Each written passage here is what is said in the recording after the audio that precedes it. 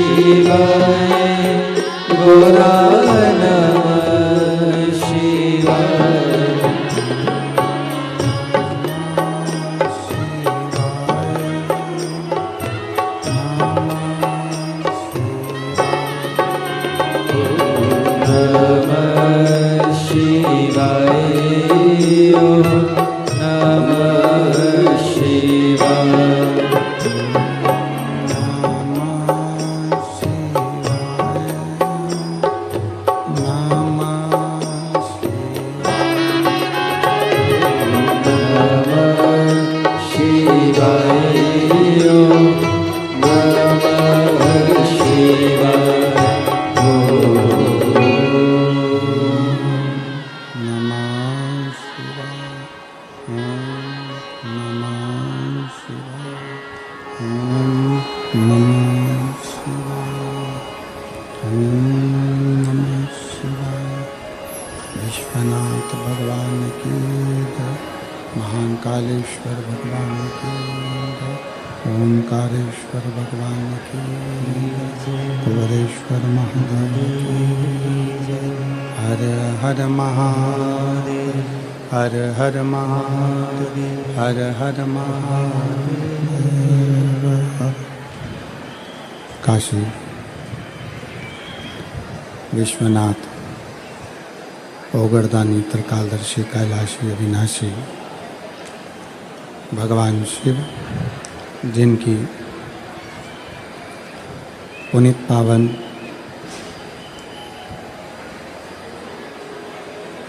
शिव महापुराण की कथा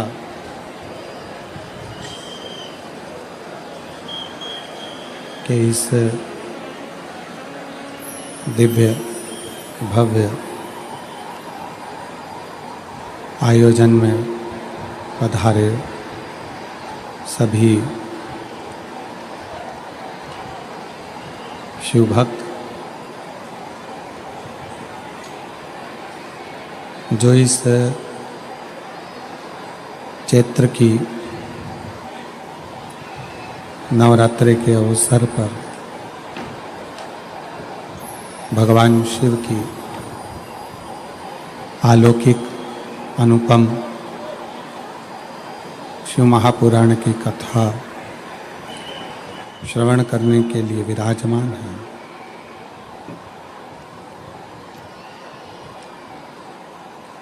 कथा मंडप में विराजमान सभी संत, साधु, ब्राह्मण, तपस्वी जन, साधक, उपासक सभी को प्रणाम करते हुए कथा मंडप में ही विराजमान सभी अतिथिगण, क्षेत्र क्षेत्र से आए हुए विधायक, महापौर एवं अन्य पदाधिकारीगण,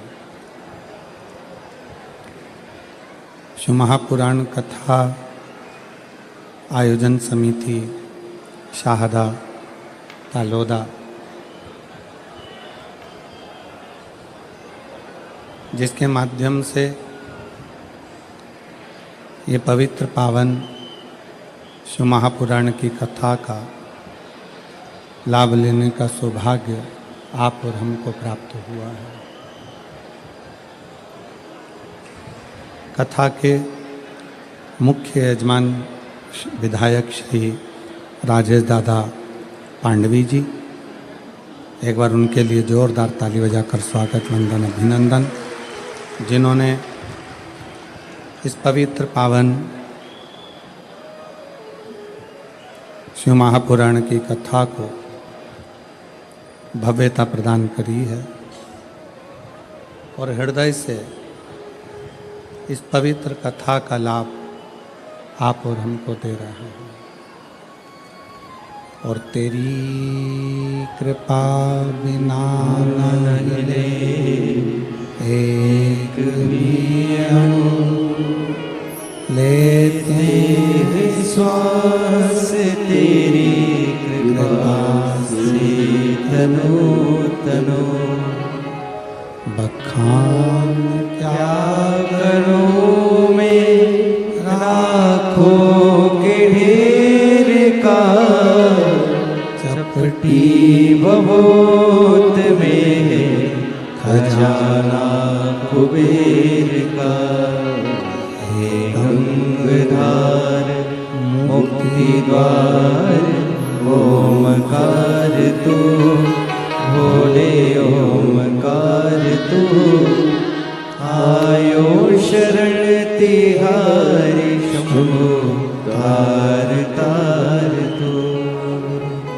शिव की कृपा करुणा, उनकी उदारता, उनकी दया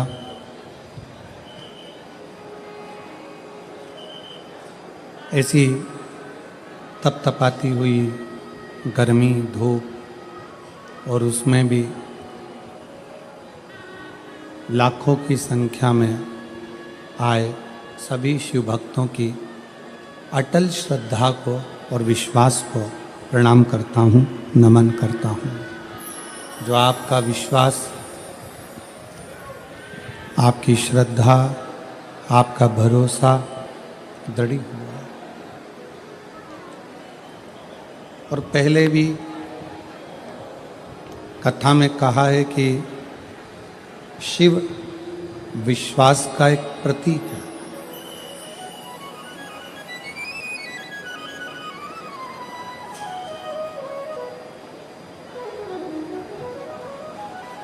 जितना जितना विश्वास आपका दृढ़ होगा, दृढ़, उतना भगवान शंकर को मिलने में देरी नहीं होगी।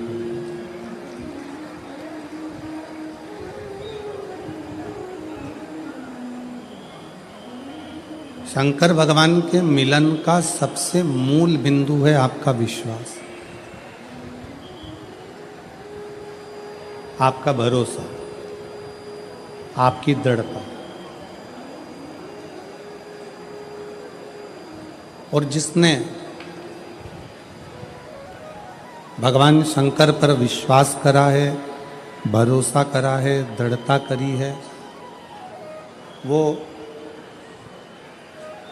जगत में कभी डूबा नहीं है, कभी हारा नहीं।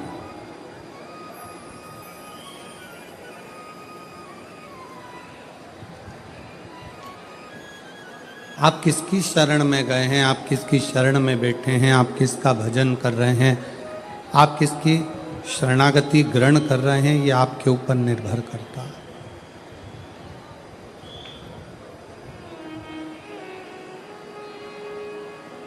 आप किसकी शरणागति में हैं, ये आपके ऊपर निर्भर करेगा।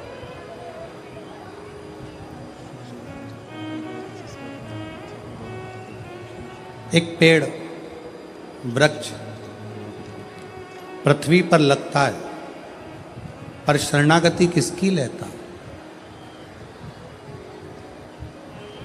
एक वृक्ष पृथ्वी पर लगा, भूमि पर लगा, शरणागति उसने पानी की ली, जल की ली।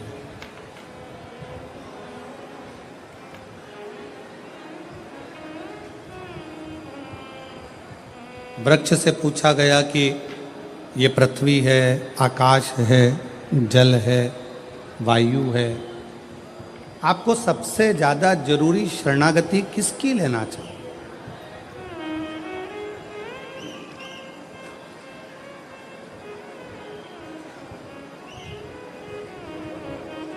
आप किसकी शरणागति में जाना चाहोगे, किसकी शरणागति में रहना चाहोगे?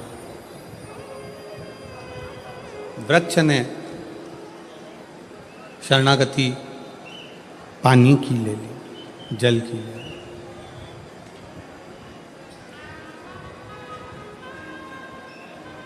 अब शिव महापुराण की कथा कहती है, आप जिसकी शरणागति ग्रहण करते हो, आप जिसकी शरणागति में रहते हो, आप जिसकी शरणागति लेते हो, वो आपको कभी भटकने नहीं देता, कभी डूबने नहीं देता, कभी गिरने नहीं देता।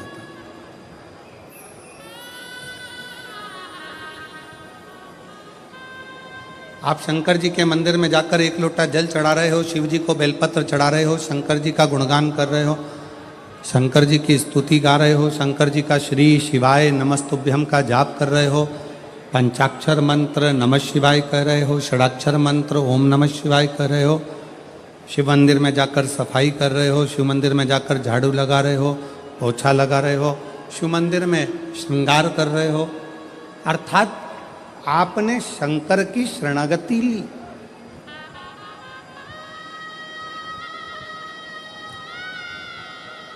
ये शिव महापुराण की कथा आप लाखों की संख्या में चाहे टीवी पर सुन रहे हो, मोबाइल पर सुन रहे हो, चाहे शाहदा की इस पुण्यमय आनंदमय भूमि पर श्रवण कर रहे हो, ये शरणागति ही तो है। हमने शंकर भगवान की शरणागति ग्रहण करी। शरणागति पेड़ ने, वृक्ष ने पानी की शरणागति ली, जल की शरणागति ली, तो वृक्ष पानी की जब शरणागति ले लेता है तो लकड़ी का टुकड़ा जब पानी में जाता है, पानी सबको डुबो देती है। कंकर हो, पत्थर हो, जिस चीज के जिस पानी के पास कुछ गया तो उसने डुबो दिया। केवल एक लकड़ी, एक वृक्ष, एक लकड़ी का टुकड़ा ऐसा होता है जिसको पानी नहीं डुबोती है। क्यों? क्योंकि पानी कहती है इसने मेरी शरणागति जब ये छोटा सा था तब से लेकर मैंने इसको बड़ा कर दिया और ये मेरी शरणागति लेता रहा, मेरे जल से ये आगे बढ़ता रहा, इसलिए मैं इसको डुबोऊंगी नहीं। उसी तरह जब हम शंकर की शरणागति ले लेते हैं तो शंकर हमें डुबोता नहीं, हमें डुबोएगा नहीं।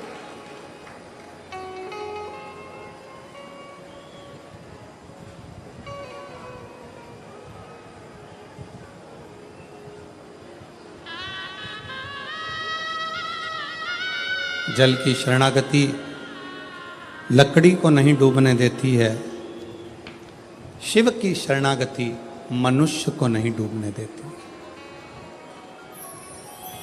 वो डूबने नहीं देती, बच।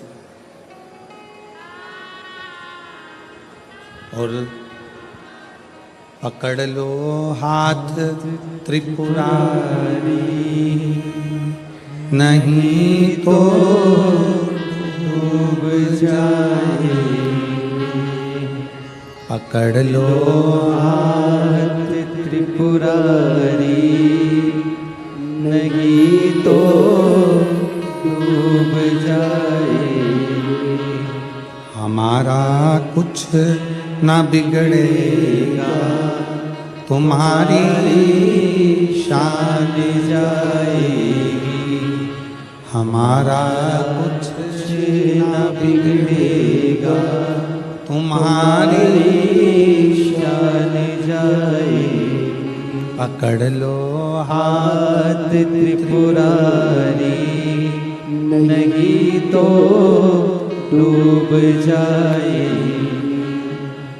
शिव की शरणागति, भगवान शंकर की शरणागति डूबने नहीं देती। आप डूबोगे नहीं।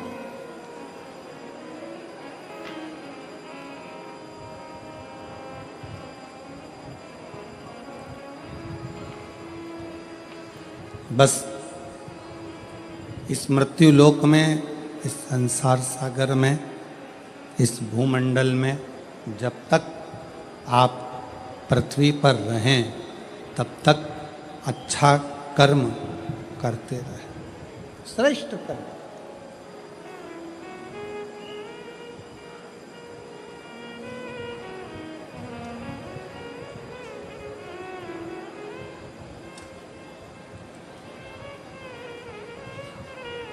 देखिए, पुण्य करने के लिए सोचना पड़ता, पुण्य करने के लिए थोड़ा विचार करना पड़ता, पुण्य करने के लिए थोड़ा सोचना पड़ता, पर पाप करने के लिए सोचना नहीं पड़ता।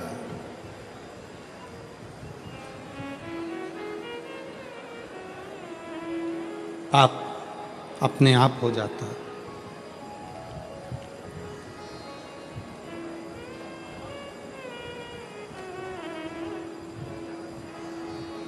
भूखे को भोजन कराना है तो थोड़ा सोचना पड़ेगा, विचार करना पड़ेगा कि भोजन कराऊं कि ना कराऊं। प्यासे को पानी पिलाना है तो सोचना पड़ेगा, पिलाऊं ना पिलाऊं। किसी को शिक्षा देना है, सोचना पड़ेगा शिक्षा इसकी कराऊं ना कराऊं। किसी की चिकित्सा कराना है, सोचना पड़ेगा इसकी चिकित्सा कराऊं ना। विचार करना पड़ेगा। पर पुण्य कमाने के लिए थोड़ा सोचना पड़ता है, पुण्य कमाने के लिए थोड़ा विचार करना पड़ता है, पुण्य कमाने के लिए थोड़ा थोड़ा कुछ मन में अच्छा विचार लाना पड़ता है, तब जाकर पुण्य हो पाता है। पर पाप करने के लिए कोई विचार नहीं करना पड़ता, पाप करने के लिए कुछ सोचना भी नहीं पड़ता, पाप अपने आप हो जाता है, अपने आप। कथा सुनने के लिए आए हो, कथा श्रवण करने के लिए आए हो, घर से चले थे ये विचार कर कर चले थे कि मुझे कथा सुनना है, आज कथा का चौथा दिन है, शिवरात्रि का दिन है, मैं कथा सुनूंगा, सुनूंगी। और मालूम पड़ा कथा सुनने के लिए पहुँचे और गेट के पास में आकर, दरवाजे के पास में आकर जब तुम्हें कोई अंदर नहीं जाने दिया तो क्रोध आ गया, गुस्सा आ गया, चिड़चिड़े हो गए, धक्का दिया, अपशब्द किया, ताने दिए, गाली दी। अब मालूम पड़े आए थे पुण्य कमाने के लिए और इतना सारा झोला भरकर पाप लेकर अपने अपने घर को चले गए। तो फिर पाप कर्म अपने आप होता, पाप के लिए सोचा नहीं जाता।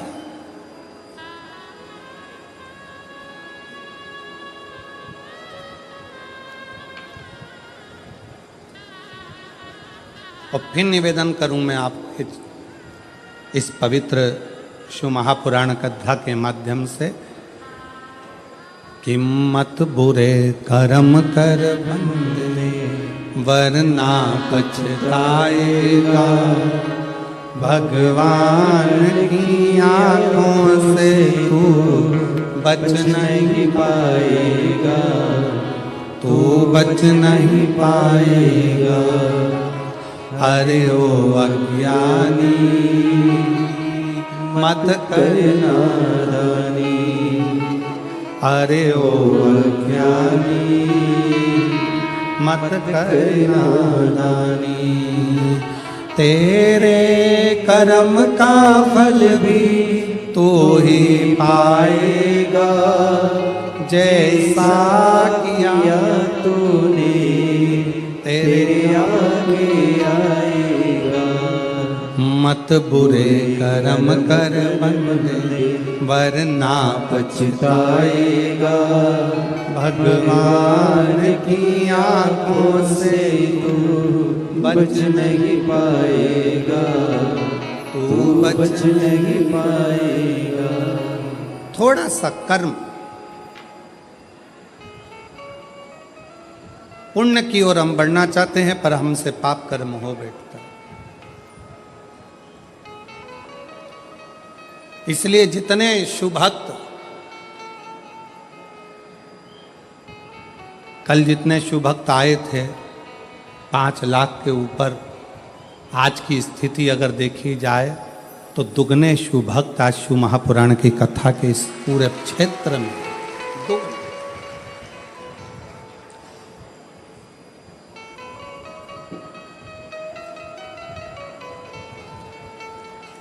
आप आए हो पुण्य को एकत्रित करने के लिए।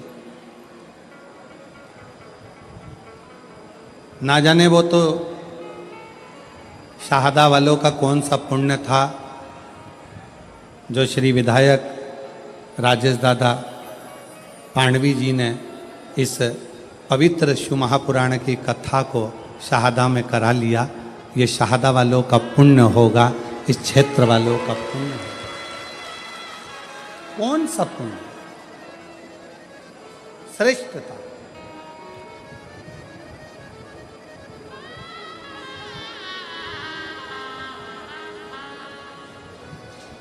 पांडवी जी पत्रों में आपके लिए लिखा है कि जब विधायक जी इस क्षेत्र में आए थे तो पुरुषों का तो नहीं मालूम पर महिलाओं ने पांडवी जी से एक ही बात कही थी कि भाऊ हमारे क्षेत्र में कथा होना बड़ा कठिन है पर हमको आप पर पूरा भरोसा है कि हमारी बहनों की मांग पूरी होगी और ये शिव पुराण यहाँ जरूर। मैं आपको साधुवाद देता हूँ पांडवी जी, बहुत बहुत साधुवाद।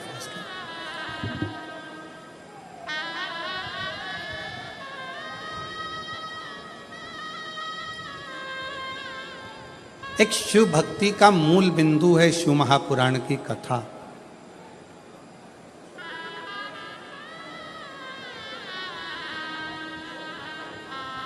वो कहते हैं ना, भागवत में ढूंढा तुझे, रामायण में पाया, भागवत में ढूंढा तुझे, रामायण में पाया तुझे, शिव पुराण के पन्नों में, शिव पुराण के पन्नों में महादेव का ठिकाना है। शिव पुराण के पन्नों पे महादेव का ठिकाना है। उसको ढूंढा, जगत में ढूंढा, जगत में।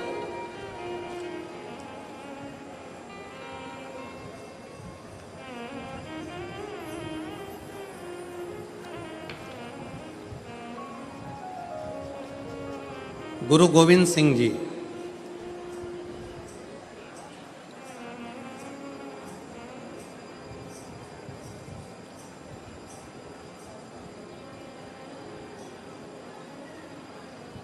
जिनसे पूछा गया सच्चे गुरु की खोज कहाँ करना चाहिए,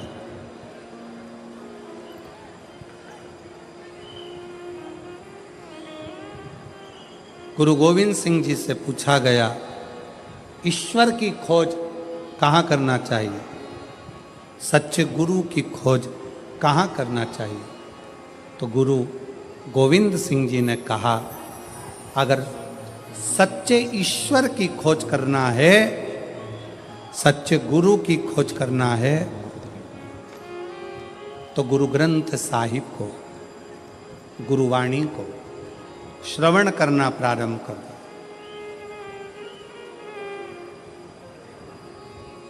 गुरुवाणी को, गुरु ग्रंथ साहिब को श्रवण करना प्रारंभ कर दो। उसमें सच्चा गुरु भी मिलेगा, सच्चा ईश्वर भी मिलेगा। उसी तरह गुरु गोविंद सिंह जी ने जैसे कहा कि अपने शास्त्रों का अध्ययन करोगे, पढ़ोगे, वेदों को, शास्त्रों को, पुराणों का जब अध्ययन करोगे तो वो ईश्वर भी मिलेगा और कोई सच्चा गुरु भी मिलेगा। ईश्वर भी मिलेगा, सच्चा गुरु।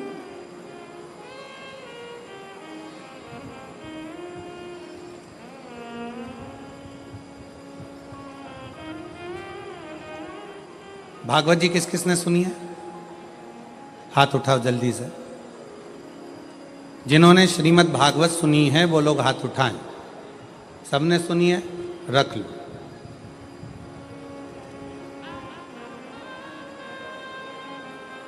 रख लो। तुमने सुनी है?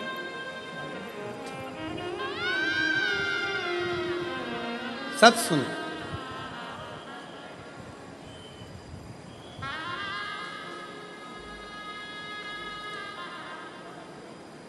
भगवान कृष्ण का जन्म लेने के बाद भगवान कृष्ण जब तक 14 साल के नहीं हो गए तब तक मां देवकी को कारागार से छुड़ाने के लिए नहीं गए।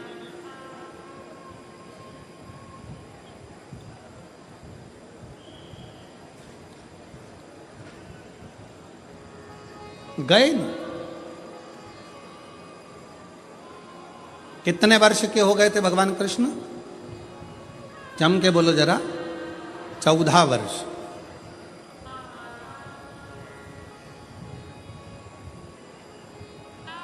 देवकी माता इंतजार करती रही, कृष्ण आएंगे, छुड़ाएंगे। देवकी माता को मालूम पड़ा कि पूतना को मार दिया, तृणावत को मार दिया, अघासुर को मार दिया, बकासुर को मार दिया, इसको मार दिया, उसको मार दिया। कृष्ण आएंगे, छुड़ाएंगे, कृष्ण आएंगे, छुड़ाएंगे। बचपन में गोदी में पूतना का जो संहार कर देते हैं, तृणावत को जो बाल्यावस्था में ही मार देते हैं, वो चाहते तो पहले, सबसे पहले जाकर माता देवकी को कारागार से छुड़ा देते। छुड़ाया क्या? 1 साल के हो गए, 6 महीने के हो गए, 4 महीने के हो गए, 8 साल के हो गए, 5 साल के हो गए, छुड़ाने गए क्या माता देवकी को? जम के बोलो जरा। नहीं। देवकी माँ इंतजार करती रही, कृष्ण आएंगे, मुझे छुड़ाएंगे। श्रीमद् भागवत का संवाद है ये, बड़ा सुंदर संवाद। इंतजार करती रही, आएंगे, छुड़ाएंगे, आएंगे, छुड़ाएंगे। यहाँ पर सूरत में जिन्होंने बहुत भव्य और विशाल शिव पुराण की कथा कराई, ऐसे पाटिल परिवार यहाँ दोनों भाई बैठे होंगे। कहाँ बैठे होंगे? अच्छा, उधर बैठे।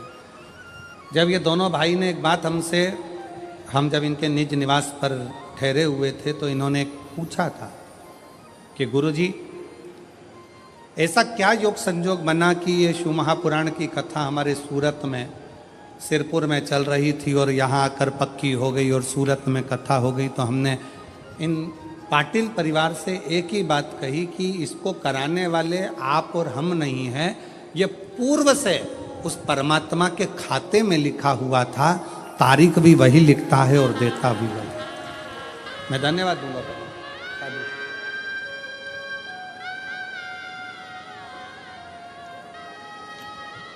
शाहदा वाले इतने दिनों से इंतजार कर रहे थे।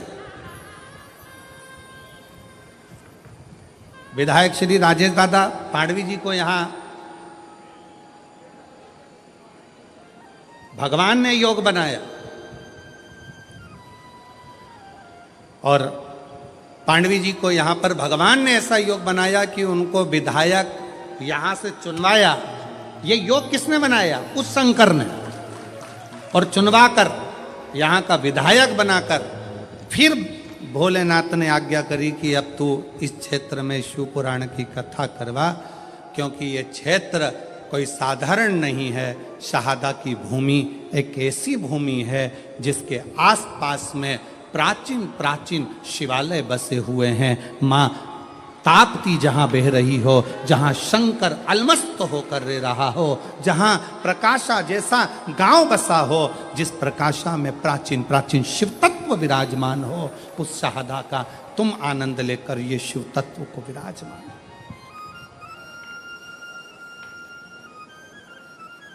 जहाँ का देवी मंदिर हो, गणेश मंदिर हो, प्राचीनता की एक शाखा है।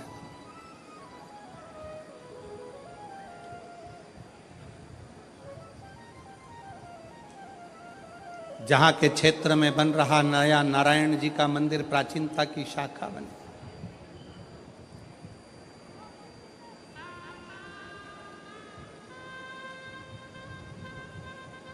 कई लोग कहते हैं गुरुजी आप आना, हम आप लोगों से क्या कहें कि बाकी के दिनों में अगर कथा होती है तो पीछे के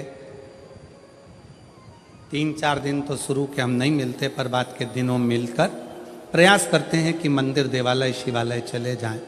पर नवरात्रि में कथा है तो अनुष्ठान भी बहुत रहते हैं, जप करना रहता है, पाठ करना रहता है, पूजन का क्रम रहता है। इस कारणवश ज़्यादा मिलना भी नहीं होता। और जहाँ रहते हैं, अभी तो हम अग्रवाल जी के यहाँ रुके हैं, और मैं साधुवाद अग्रवाल जी को भी दूंगा, जो बहुत उनके परिवार का एक भी बच्चा, हम जिस कक्ष में रुके हैं उस कक्ष के बाहर भी अग्रवाल जी का कोई परिवार का व्यक्ति ऊपर आकर खड़ा तक नहीं हुआ, क्योंकि उनको आशीष जी ने, ललित जी ने कह दिया था कि नवरात्रि चल रहे हैं तो गुरु जी के जाप ज़्यादा रहते हैं, अनुष्ठान ज़्यादा रहते हैं। तो मैं अग्रवाल जी को भी इसके लिए धन्यवाद दूंगा कि आपने हमें पूर्ण अनुष्ठान करने का मौका दिया और भजन करने का मौका दिया, उसके लिए साथ, उसके लिए साथ।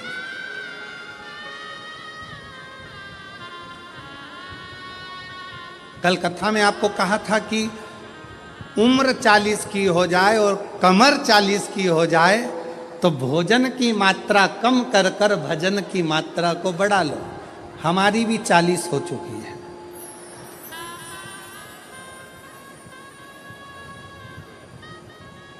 इसलिए भजन की मात्रा बढ़ाना जरूरी है। केवल कहने से तुम्हारे लिए नहीं, अपने लिए भी अमल किया जाए।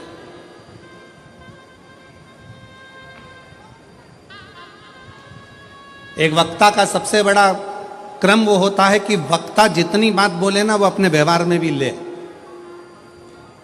अब वक्ता कह दे कि झूठ मत बोलो और खुद झूठ बोले, वक्ता कह दे कि ऐसा करो और वो वैसा करे, वक्ता कह दे ऐसा करो वैसा, तो खुद के ऊपर भी अमल होना चाहिए। अपना भजन का बल बढ़ाना प्रारंभ करिए, स्मरण का बल बढ़ाना प्रारंभ करिए, भगवत भजन बढ़ाओ, बढ़ाओ।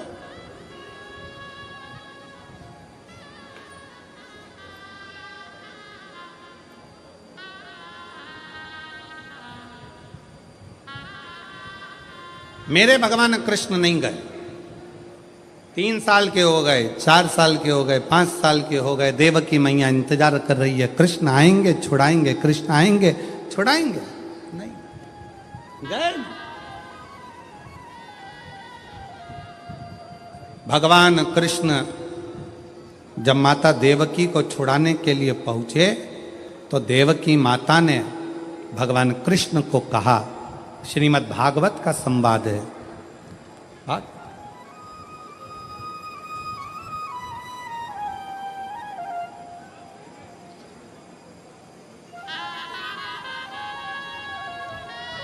श्रीमद् भागवत में 7 करोड़ 39 लाख शब्द हैं। 7 करोड़ 39 लाख शब्द में से ये जो शब्द हैं श्रीमद् भागवत के, वो शब्द हमारे जीवन को एक अलग से बल देते हैं, अलग से बल देते हैं।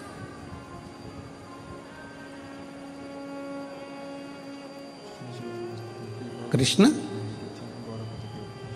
मुझे छुड़ाने में 14 साल लग गए तुझे?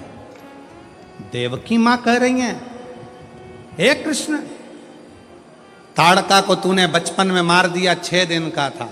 तृणावत को मार दिया, 8 दिन का था। और मुझे छुड़ाने में तुझे 14 साल लग गए?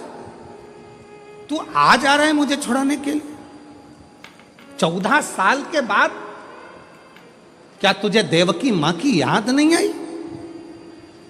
हे कृष्ण, तू मुझे 14 साल के बाद छुड़ाने के लिए आया है। कृष्ण कहते हैं, हां मैया, मैं तुझे 14 वर्ष के बाद छुड़ाने के लिए आया हूं। क्यों? हे कृष्ण, तूने मुझे छुड़ाने में 14 साल लगा दिए। 14 वर्ष, इतनी देर, इतनी देर। कन्हैया ने कहा, मैया इसमें मेरा कोई दोष नहीं। कन्हैया बोले देवकी माता से, इसमें मेरा कोई दोष नहीं है मैया, इसमें दोष है तेरा। मैया, तू पूर्व जन्म में कैकई थी और तूने मुझे 14 साल के लिए वन भेजा था, इसलिए 14 साल तुझे यहां रहना पड़ा। ये दोष मेरा नहीं है। श्रीमद् भागवत कहती है ये दोष कन्हैया कहते हैं देवकी मैया से, ये मेरा नहीं है, ये मैया तेरा दोष है। 14 साल तूने मुझे वन भेजा था, इसलिए तू भी 14 साल मुझसे मिलने के लिए तरसती है। कन्हैया एक बात बता, मुझे छुड़ाने में तुझे 14 साल लग गए और 14 साल तू यशोदा की गोद में खेलता रहा, 14 साल तू यशोदा की गोद में बैठकर भोजन करता रहा, 14 साल तू यशोदा के आंगन में डोलता रहा। वो यशोदा कौन है? कृष्ण कहते हैं, मैया वो मेरी पूर्व जन्म की कौशल्या माँ है, जो 14 साल मेरे इंतजार में रोती रही है। 14 साल मेरे इंतजार में रोई है मेरी कौशल्या मैया। जब 14 साल मेरे लिए तड़पी है तो मैंने भी रीत बनाई कि जो मेरे लिए 14 साल तड़पा है उसको 14 साल का सुख इस जन्म में दूंगा, और जो मुझे 14 साल के लिए वन भेज दिया है तो उसको 14 साल फिर तड़पना पड़ेगा। इसमें दोष किसी का नहीं है। मत बुरे कर्म कर बंदे वरना पछताएगा, भगवान की आंखों से तू बच नहीं पाएगा, तू बच नहीं पाएगा। अरे ओ अज्ञानी मत कर नादानी, अरे ओ अज्ञानी मत कर नादानी। तेरे कर्म का फल भी तू ही पाएगा, जैसा किया तूने तेरे आगे आएगा। मत बुरे कर्म कर बंदे वरना पछताएगा, भगवान की आंखों से तू बच नहीं पाएगा, तू बच नहीं पाएगा। भगवान कृष्ण कह रहे हैं इसमें मेरा दोष नहीं है, दोष तुम्हारा। सावधान शहादा वालों, जितने आस्था चैनल पर कथा सुन रहे हो, जितने फेसबुक यूट्यूब पर सुन रहे हो और जितने इस पंडाल में बैठकर कथा सुन रहे हो, दूसरे पर दोष मत देना।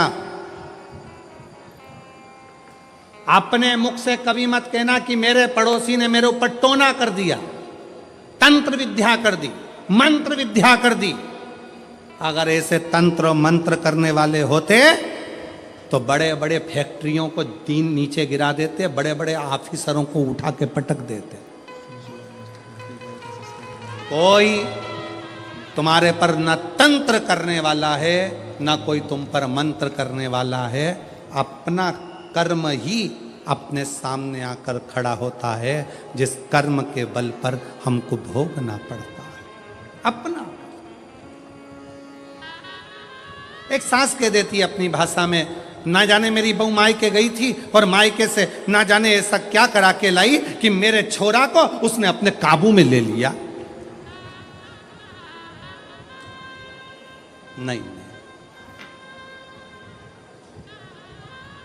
अगर विद्या कराने वाली बहू होती ना तो तेरे छोरे से भी अच्छे छोरे और थे, उनको काबू में कर लेते। अरे बोलो तोरी जीजियों सही है कि गलत है? क्यों किसी की बहू को गलत इल्जाम लगाना? ये अपने मायके गई थी, मायके से कुछ करा के लाई है। ये अपने पियर गई थी, पियर से कुछ करा के लाई है। ये वहां गई थी, वहां से कुछ करा के लाई है। नहीं, बहू में इतनी सामर्थ्यता नहीं है कि वो अपने पियर से कुछ करा के लाए, और पियर वालों में भी इतनी सामर्थ्यता नहीं कि वो किसी से अपनी लड़की के लिए तंत्र मंत्र करवाएं। ये आपकी बुद्धि में ना जाने किस किस ने भाटा भर दिया, इसलिए तुम्हारी सोच बिगड़ गई।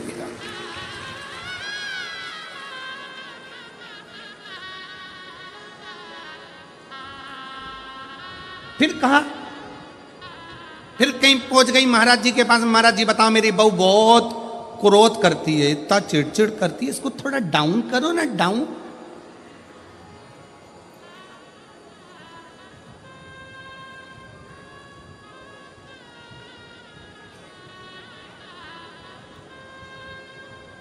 थोड़ा डाउन करो ना।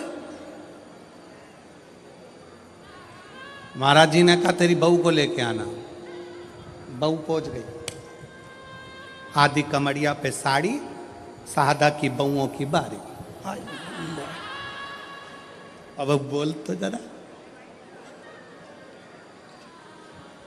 अब बहू ने जाके जैसे ही प्रणाम करा, दंडवत करा, साष्टांग करा, महाराज जी से बहुत अच्छे से बात करी। बात कर कर बहू चली गई। सास फिर आई, महाराज जी देखा मेरी बहू को? इतने में महाराज जी बोले कितनी संस्कारित है। इतने में तुरंत सास ने कहा तुम पे भी कर दी विद्या, तुम पे भी, तुम भी नहीं बचे।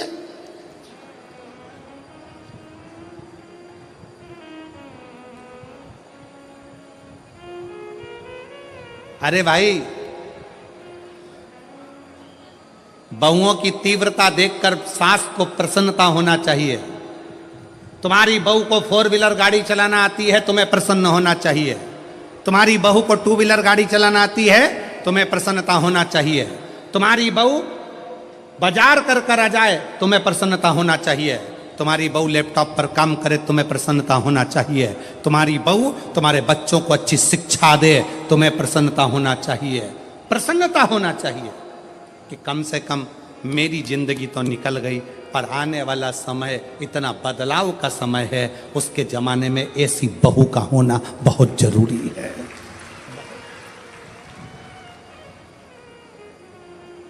आपसे भी कहेंगे, जितने आस्था चैनल पर कथा सुन रहे हैं, जितने फेसबुक पर कथा सुन रहे हैं, जितने यूट्यूब पर सुन रहे हैं, और जितने शहादा की भूमि पर कथा सुन रहे हैं, अपनी बेटी को परी मत बनाना,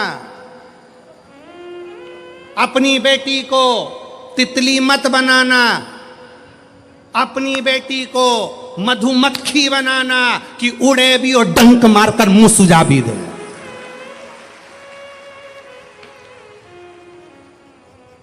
गया तितली का जमाना, गया परी का जमाना।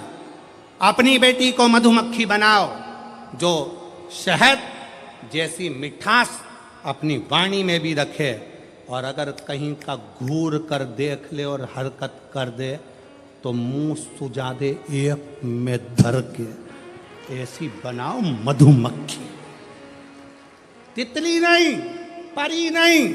एक कलयुग में बेटी को मधुमक्खी बनने की जरूरत है। मधुमक्खी, ये छोटी छोटी बच्चियों के साथ गलत करते हो रहा है, कहीं कुछ हो रहा है, कहीं कुछ हो रहा है।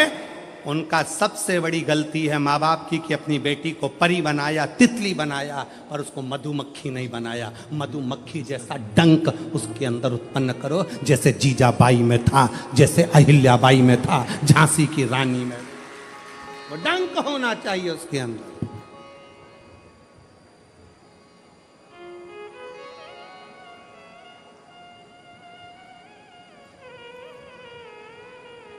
जागरूक हो। बहुएं आगे बढ़कर काम करे तो प्रसन्न हो। बहू को 4 व्हीलर आए प्रसन्न हो, बहू को 2 व्हीलर आए प्रसन्न हो। क्यों? बेटा दुकान पर होगा, बेटा सर्विस में होगा, और सास को एकदम सीने में दर्द हो गया, कौन लेकर जाएगा? तुरंत बहू, मम्मी चिंता मत करना, मैं बैठी हूं। इतने में सास सोचेगी तेरे चक्कर में तो अटैक आया, अब तेरे चक्कर में मैं बैठी हूं, तुम चिंता मत करो, और तुम्हें तिजल्दी जाने नहीं दूंगी। जैसे सावित्री अपने सत्यवान को ले आई थी, कलयुग की बहू अगर प्रबल है तो अपनी सास को हॉस्पिटल से फिर घर लेकर आ जाती है। उसकी चतुरता। जितने तो पति बात नहीं करते डॉक्टर से, उतनी बहुएं बात कर लेती है। डॉक्टर साहब हमारी मम्मी को क्या हो गया? सिर पे पल्लू वल्लू लेके खड़ी हो जाएगी हॉस्पिटल में। क्या है? सिस्टर सिस्टर बॉटल खत्म हो रही है, जल्दी उतारो, इधर आओ, अभी खत्म तो होने दो मैडम, अभी खत्म। अरे मैडम गई चूल्हा में, चल उतार, इधर आ। हॉस्पिटल में पर्चा बनवाने गई तो वहां पहुंच गई पर्चे में, ये 3 टेबलेट का तुमने बिल ज्यादा जोड़ लिया, और पति वहीं बाजू में खड़ा उसका मुंह देख रहा, तुझे कैसे मालूम? वो बोली मैंने मोबाइल में सर्च करा था, इतने की थी और ये इतने में लगा रहा है। कम करता है कि मोबाइल है, अभी बनाऊं वीडियो इतने। जी जी मैं हाथ जोड़ता तेरे। पति उसको देखकर आश्चर्य में पड़ गया और घर आकर बोला अगर तू नहीं होती तो मेरी अम्मा घर नहीं आती, सीधे शमशान चली जाती।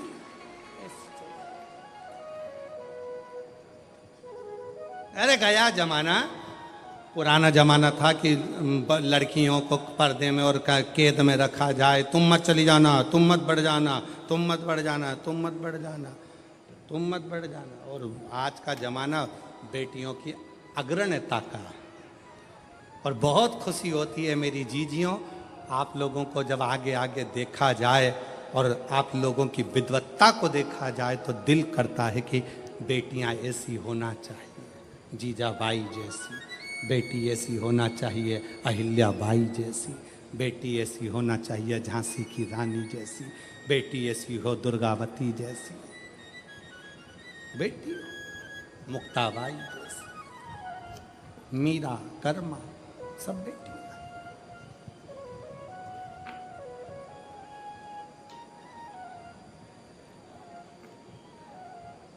अगली बार कथा करने आऊंगा तो कथा में एक भी सास नहीं आएगी, एक भी नहीं, भी नहीं। पर मेरी जीजियों, जितनी मेरी बुजुर्ग माताएं बैठी हैं, भले आप कहो कि बहू के लिए गुरुजी ने बोला है, पर सत्यता अपने हृदय पर हाथ रख कर देखना। आपका जीवन तो निकल गया, पर आने वाली जो पीढ़ी है ना, आने वाला जो समय है ना, इतना विचित्र समय है कि उसको साधना बहुत कठिन है। ये जितने क्राइम हो रहे हैं, जितने क्राइम भारत में हो रहे हैं, इस क्राइम को प्रशासन कभी नहीं रोक सकता, इस क्राइम को सरकार कभी नहीं रोक सकती।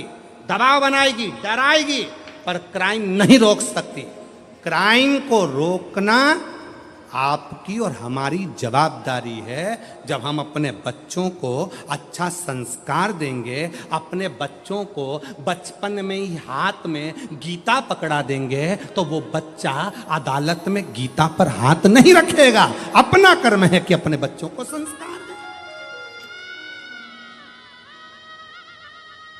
अदालत में बच्चा गीता पर हाथ कौन रखता है? जो बचपन में गीता का अध्ययन नहीं करा हो, जिसने कभी शिवपुराण नहीं सुनी, जिसने कभी संस्कार नहीं लिया, जिसने अपने माता पिता का कहना नहीं माना, जो अपने माता पिता के अनुकूल नहीं चला, वो बच्चे अदालत में खड़े होकर गीता पर हाथ रखते मैं कसम खाकर कहता हूं कि मैंने ऐसा नहीं करा, उसे गीता पर हाथ रखना पड़ता है। और जिसने अपने माँ बाप के संस्कार लिए हैं, जिसने माता पिता के संस्कारों पर पला है, माता पिता ने जिसको संस्कार दिए हैं, वो बच्चा बचपन में गीता का अध्ययन कर लेता है, शिव पुराण सुन लेता है, भागवत सुन लेता है, रामायण सुन लेता है। वो बच्चा अपने गुरु का, अपने माता पिता का, अपने बड़ों का आदर करना जानता है, तो उसको गीता पर हाथ रखने की जरूरत नहीं पड़ती। अपने बच्चों को बाल्य अवस्था से जब अच्छा संस्कार देंगे तो ये क्राइम बढ़ नहीं सकता। क्राइम क्यों बढ़ रहा है? क्योंकि हम संस्कार नहीं दे पा रहे।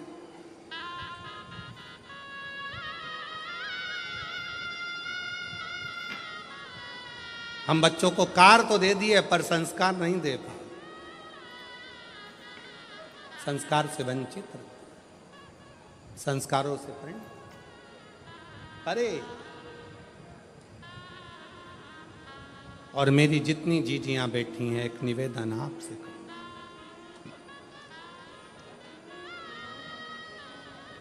बड़ा विचित्र है, बहुत ध्यान देना। सास कितना भी पक्षपात करे, सास कितना भी अपशब्द कहे, सास कितना भी ताना दे, सास कितनी भी गाली दे, एक अच्छे पिता की बेटी का सबसे बड़ा लक्षण होता है कि वो अपनी सास की बातों का ध्यान ना करे और कितनी भी गाली दे तो भी उसकी सेवा में कोई कमी ना रखी जाए, उसकी सेवा निरंतर।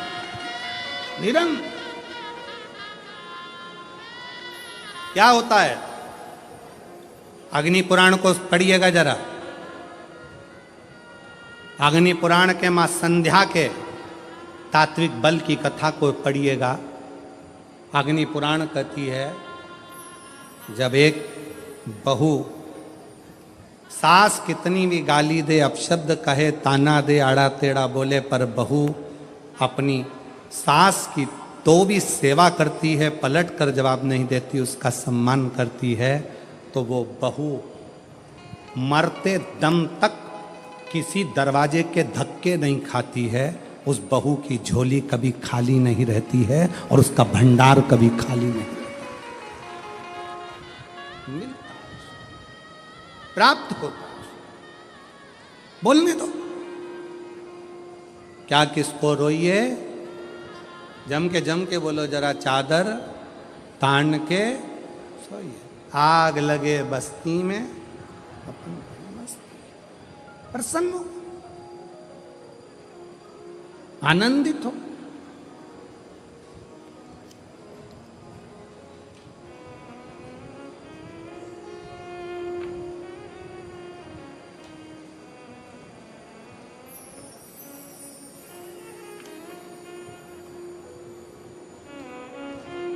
शिव कथा कह रही है भगवान शंकर का चरित्र। अपने कर्म का भोग अपन को भोग, कोई दूसरा नहीं भोगे। और जब हम हमारे विश्वास के साथ, हमारे भरोसे के साथ, हमारी दृढ़ता के साथ, हमारे प्रबल भगवान शंकर पर किए गए भरोसे के साथ जब आगे बढ़ते हैं, तो हमारा किया गया पूर्व का बेकार कर्म जलकर समाप्त होता चले जाता है और व्यक्ति आगे की ओर बढ़ता चले जाता है। आगे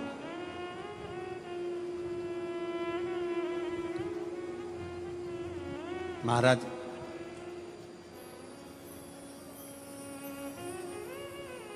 क्या है जो शिव ना दे? एक पत्र है, देखिए।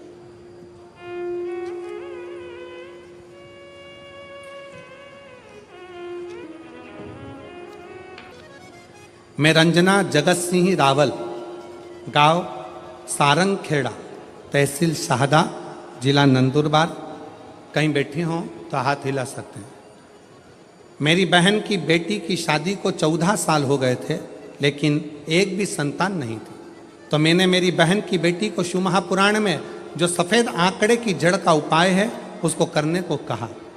पहले तो उसने मना कर दिया कि डॉक्टर का ट्रीटमेंट चल रहा है, पर डॉक्टर का ट्रीटमेंट करते करते जब वो थक गई, तब उसने विचार करा कि मेरी मासी जो बोली है मैं वही करती हूँ।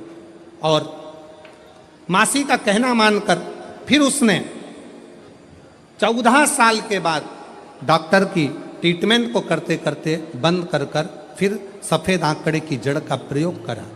एक बार बेटी का गर्भ नहीं ठहरा, उसका विश्वास टूट गया। पशुपतिनाथ का व्रत करा तो भी उसका गर्भ नहीं ठहरा तो विश्वास टूट गया। फिर उसने फोन करा, मासी मेरा तो गर्भ ही नहीं ठहरा। दूसरी बार मैंने फिर उससे कहा, वापिस पशुपति व्रत कर, सफेद आंकड़े की जड़ का फिर प्रयोग कर। शंकर जी के धाम गई, कुबेरेश्वर धाम पर प्रणाम किया। बाबा की कृपा ऐसी, वहां से प्रणाम कर कर आई, गर्भ ठहर गया। और बाबा की कृपा से बाबा ने ऐसी करुणा करी कि उसको एक नहीं, बाबा ने 2 संतान प्रदान करी। दोनों का फोटो मैं लगा रहे, दोनों का फोटो लगा रहे। आप लोग एलईडी पर दोनों बच्चों का फोटो आप देख सकते। एक नहीं 2 बाबा ने संतान दे दी। ये शिव की उदारता, ये शंकर की। और तेरी कृपा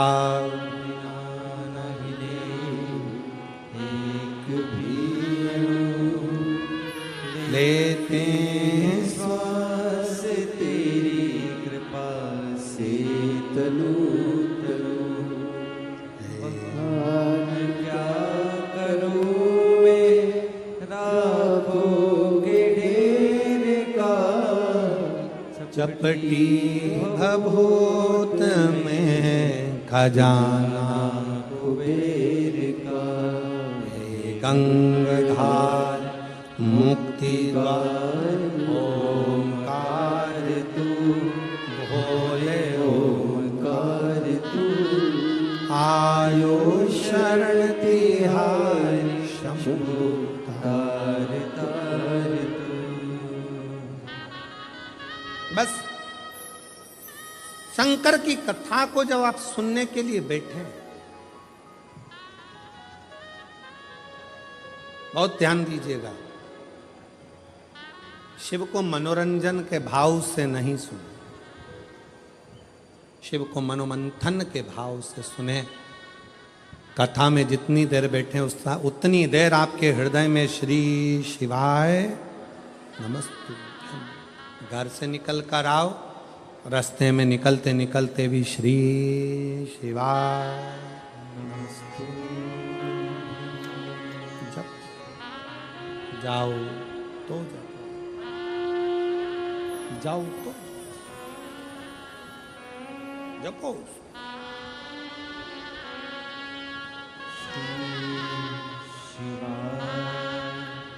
नमस्तु श्री शिवाय नमस्तु श्री शिवाय नमस्तु श्री शिवाय नमस्तु। शिव कथा कह रही है, भगवान शंकर का संवाद कर रही है।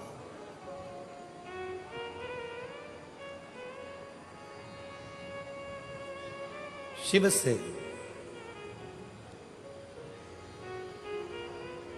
कभी मिलना हो, कभी मिलन। शंकर भगवान से मिलने की 4 निशानियां सामने आती हैं। जब आप शिव महापुराण की कथा सुनते रहते हो 4 साल 5 साल 6 साल शिव जी के मंदिर जाते, 1 लोटा जल चढ़ाते, शंकर का भजन करते करते साल निकलते चले गए। साल